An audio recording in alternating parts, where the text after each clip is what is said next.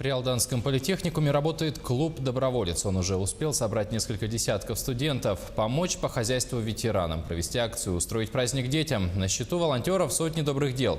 В клубе рассчитывают, что добровольцы смогут организовать свою деятельность с максимальной пользой. Продолжение темы в сюжете Татьяны Вахниной. Мы объединились, чтобы наша деятельность стала более масштабной и плодотворной, говорят студенты Алданского политехнического техникума, ставшие членами вновь образованного клуба «Доброволец». Официальному открытию клуба был посвящен торжественный концерт.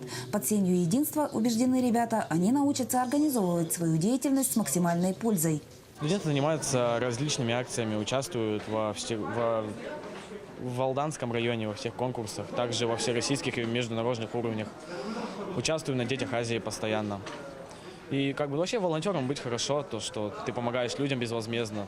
Автопробеги, социально-правовые игры, общественно полезные акции, на счету студентов-волонтеров сотни добрых дел. Благотворительные традиции в техникуме давние и крепкие. Сегодня без участия студентов не обходится ни одно мероприятие. Большую часть детям.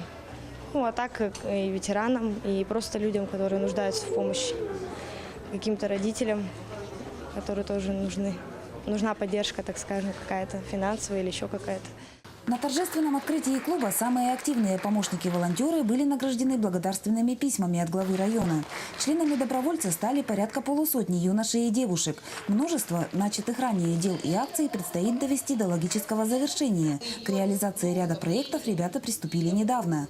Таким образом, в новой ипостаси работу добровольцы начинают отнюдь не с нуля. У нас богатая история, мы уже занимаемся более 10 лет именно добровольческой и благотворительной деятельностью. Для нас очень отрадно и гордо, что Владимир Владимирович Путин 2018 год объявил годом добровольца и волонтера. И в рамках нашего политехнического техникума мы можем организоваться и создать действительно хорошую базу из волонтеров. Членами добровольца будут не только студенты, их родители и педагоги. В клуб может вступить каждый, кто желает делать добро ближним. Волонтеры ожидают, что в ближайшее время численность клуба возрастет. Татьяна Вахнина, Сергей Шипачев, Алдан.